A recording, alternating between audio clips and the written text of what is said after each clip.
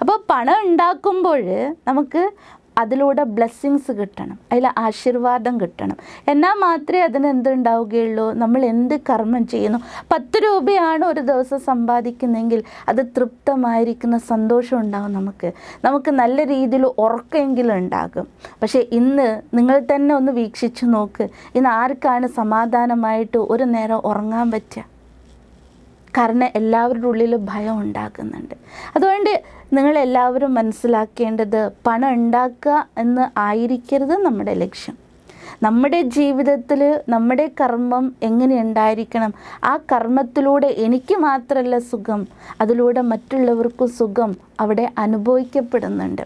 അപ്പോൾ ആ സുഖം കിട്ടാത്തിടത്തോളം നമ്മൾ ഏത് വിധത്തിലുള്ള കർമ്മം ചെയ്ത് പണം ഉണ്ടാക്കിയാലും ആ പണത്തിലൂടെ ഒരിക്കലും ശാശ്വതമായിരിക്കുന്ന ജീവിത ലക്ഷ്യത്തിലേക്ക് എത്താനോ ശാശ്വതമായിരിക്കുന്ന സമാധാനമോ അഥവാ സന്തോഷമോ കൈവരിക്കാൻ സാധിക്കില്ല.